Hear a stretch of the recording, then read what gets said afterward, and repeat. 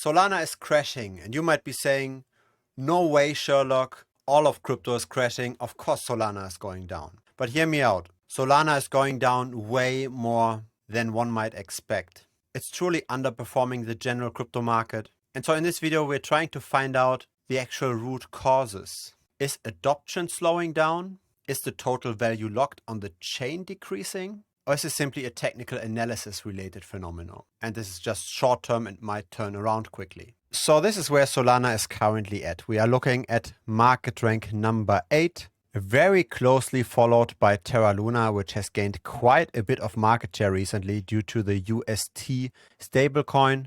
A lot of people go into stablecoins right now with the bearish momentum.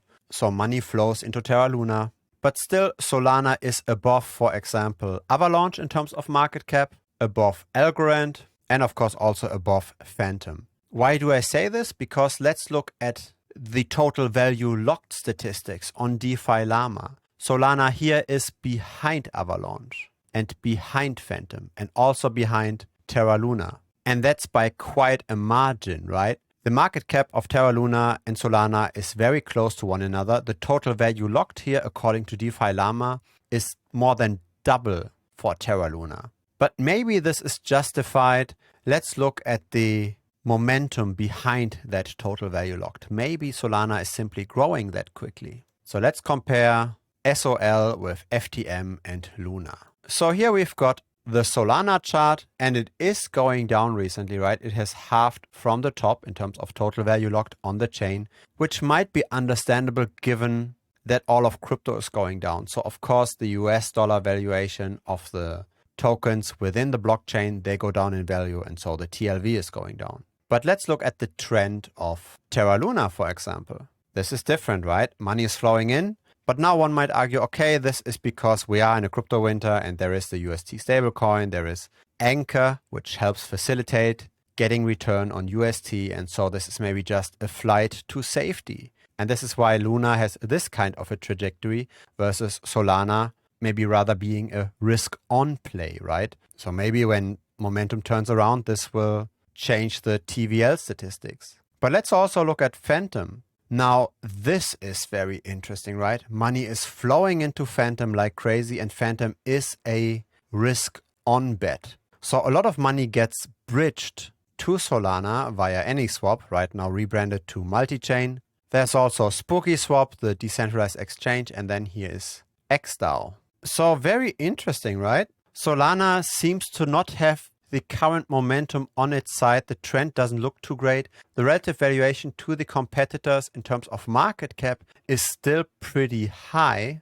It is still at market rank number 8, but the TVL isn't. Now let's not just look at these kind of numbers. Let's also look at the technical analysis. This is the US dollar chart. Of course, Solana fell together with the rest of crypto. All of crypto is currently going down. So the US dollar valuation of SOL decreasing is no surprise. What's more of a surprise though is the relative valuation to Bitcoin and to Ethereum and to the competition, right? Cardano, Phantom, BNB. So let's look at this. This is Solana versus Bitcoin. So it's underperforming Bitcoin, and one might argue, okay, Solana is more risk on. It has some kind of inherent leverage, or in financial terms, it has a beta to Bitcoin, right? Bitcoin moves the least. The altcoins, they move more. So when times are bearish, of course, the more risky Solana, it underperforms Bitcoin. But that kind of argument is less true versus Ethereum, right? Because Ethereum is also riskier than Bitcoin is. And so Solana was also underperforming Ethereum. In the recent days, we are looking at an underperformance of around 17%. What about Cardano? Same picture over here. Underperformance versus Cardano, maybe with a floor after an additional drop of 29%. With Phantom, that's even more impressive. We used to be in this sideways trading range. One might argue we still are, but just in the last days, this is around 1 month of data. We are looking at a 67% underperformance. So no matter what you look at, relative performance to Bitcoin, Ethereum, Cardano, Phantom, BNB, everywhere we see the same trend. Solana is underperforming. So why is that? There might be a lot of fundamental reasons for this, right? It might be dilution. It might be that there's maybe more tokens out there than was officially stated by a lot of players in the market. It might also be that the activity isn't that high. But when we look at Google Trends, it doesn't look like Solana is completely crashing, right? Of course, we had a peak here in September of last year in some kind of a consolidation, but this is not just like pump and dump. This is consolidating on a high level.